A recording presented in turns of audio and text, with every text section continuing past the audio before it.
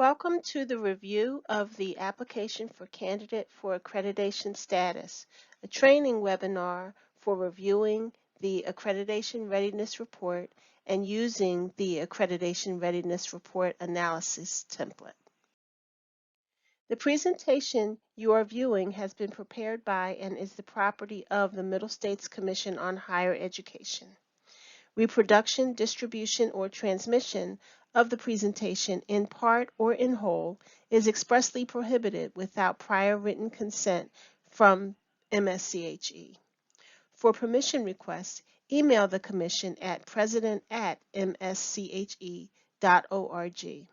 For any questions about an institution's accreditation status or for additional information about the Commission's standards for accreditation, requirements of affiliation, policies and procedures, and applicable federal regulatory requirements, you should contact Commission staff. Always seek the advice of your institution's assigned Vice President Liaison with any questions specific to your institution. This presentation is not intended as a substitute for professional advice from Commission staff, and use of the presentation does not guarantee any specific accreditation outcome. The contributors to this session are Dr. Edna Corbett, Vice President for Institutional Field Relations, and myself, Ms. Diana Bonner, Assistant Director for Institutional Support Services. We have identified the learning outcomes for this session. The learning outcomes are: understand the application and candidacy review cycle and monitoring process, review the Accreditation Readiness Report and provide feedback to the institution, and prepare and submit the Accreditation Readiness Report analysis template.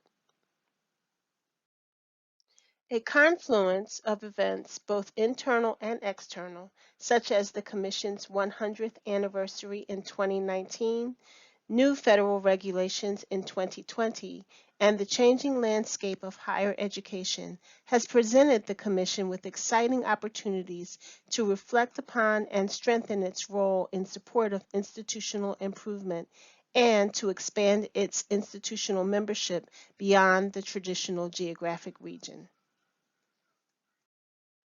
The institution you will consider has already completed the first phase of the application and candidacy review process, the pre-application review. In the second phase, the application review, the institution will submit its Accreditation Readiness Report, or ARR, and the applicant assessment team is identified. Peer evaluators will review the ARR to determine if the institution appears to meet the Commission's standards for accreditation, requirements of affiliation, policies and procedures, and applicable federal regulatory requirements. The team also determines whether the institution is ready to host an applicant assessment team visit. Note that this is a document review. Only when the institution is considered to be ready to host an applicant assessment team visit will the institution move on to the next phase of the application process, the grant of candidate for accreditation status review. It is within this phase that the team conducts the visit to the institution. We appreciate your willingness to serve on an applicant assessment team. You have been chosen according to the Commission's peer evaluators policy and procedures. Your team chair is a member of the Committee on Applicant and Candidate Institutions, and there are at least 2 other members on your team. The Vice President that has been designated as the liaison for the institution will work with you throughout the application review process and provide interpretation and clarification of the Commission's expectations.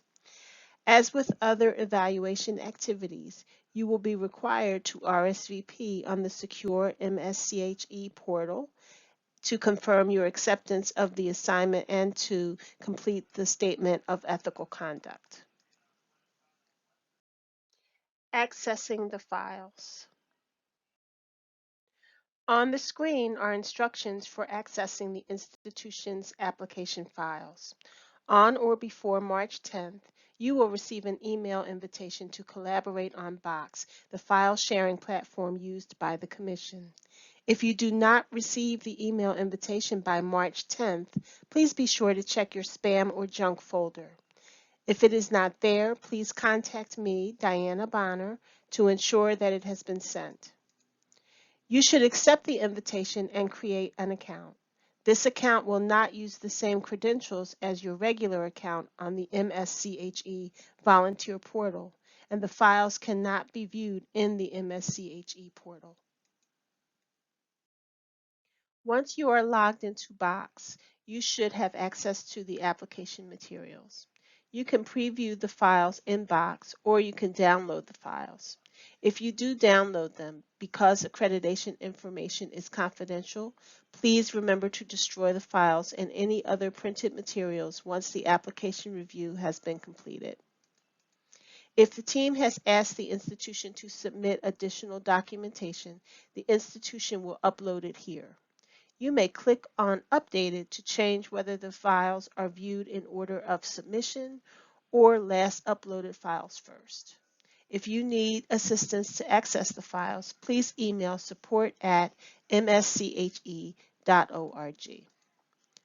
I will now turn the presentation over to my colleague, Dr. Igna Corbett. Thank you, Diana. You will be using a new review form.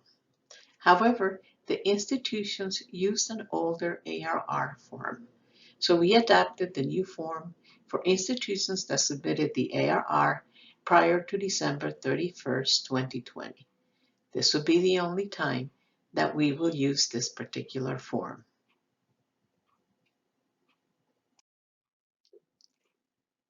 This section is self-explanatory except for the last item. As the instructions on the form note, because the purpose of the ARR is to demonstrate readiness, it will be submitted or updated throughout the process. Therefore, the ARR you are reviewing may not be the first submission. One of the purposes of this review is for peer evaluators to determine and verify the baseline scope of accreditation. In this first review of the ARR, institutions submitted the pre-applicant minimum requirements report, which included this information. In this phase, evaluators confirm whether the information previously submitted is still the same, as this information will become the institution's baseline scope of accreditation.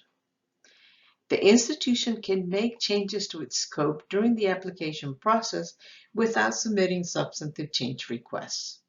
However, once the institution achieves candidacy, any changes to this baseline will require that the institution submit a substantive change request. In the next section of the form, you will see that the standard is listed, and the requirements of affiliation aligned with each standard are listed immediately below the text of the standard. Please remember that the threshold of compliance for the requirement of affiliation is lower than that of the standard. If the institution is found to be in compliance with the standard, then the requirement of affiliation aligned with that standard is also considered to be in compliance, except for those requirements of affiliation that are aligned with more than one standard. In that case, the evaluators will need to consider all the aligned standards to determine compliance with the requirement of affiliation. In this section, you will provide feedback to the applicant institution. You will determine whether the documentation provided by the institution demonstrates compliance with each of the criteria under the standard. First, you will make a holistic judgment whether there is compliance. If that particular criterion does not apply, please check an A and leave the comment section blank. Please note that in the comment feedback boxes, you may include both positive comments regarding compliance as well as feedback on how the institution may work toward compliance. There is no limit to the amount of text you may provide. However, please try to be as brief and specific as possible. To summarize, you will Note the alignment with the requirements of affiliation as noted earlier. You will also note that the current ARR lists the requirements of affiliation separately, but refers the institution to include documentation within the section for the associated standards. You will make a holistic judgment regarding compliance with the standard, yes or no. You will note if a criterion is not applicable, which is rarely the case. Finally, you will include comments for each criterion. If there are any sub-criteria, they are grouped within the criterion, not included separately. Thus, you will comment on the entire criterion, but may include specific comments or feedback as appropriate. As we said before, we have adopted your review form. The ARR form that institutions submitted will have specific lists of supporting evidence. To make it easier for you to find the place where you need to confirm that the evidence was submitted, we have color-coded those appendices in blue. On this slide, you will see screenshots of the institution's ARR template on the left and the ARR review template you will use on the right. As you can see, in the institution's template, we have asked for specific appendices to be included. For example, for Standard 7, Governance, Leadership, and Administration, we have required Appendix 2A, which is the bylaws of the institution. On your form, we have listed the required evidence that is expected for each standard. As you can see, the first item listed is the bylaws for the institution. We have then listed in blue font the corresponding appendix on the institution's ARR. As we said before, the bulk of the contents of the ARR you are reviewing is the supporting evidence, which are included in the appendices. Please check that all of the items have been submitted. As with all other accreditation activities, you should exercise your professional judgment to determine compliance. If appendices or other documentation are missing, please point this out in the comments feedback section or at the end of each standard. Peer evaluators may request an updated accreditation readiness report or additional evidence as required to clarify information or verify compliance. The team chair will create a list of specific documents and forward the list to the institution according to established deadlines. These deadlines are established by the VP liaison in consultation with the team chair. The deadlines will also consider the date of the next meeting of the Committee on Applicant and Candidate Institutions when the institution will be discussed. The institution will then submit all requested additional evidence that has been requested by peer evaluators according to the established deadlines. Now let's talk specifically about the comments you will provide. The comments should be limited. There is no need for a comprehensive summary of findings, the same that you would normally provide for an evaluation report. But there should be comments about the appropriateness of the information provided. The purpose of this section is to provide feedback on compliance, as well as highlight areas that need improvement. The comments and feedback you provide should consider the institution's mission and the institution's characteristics. The feedback should be specific and directly related to the criterion, but also within the context of the particular standard.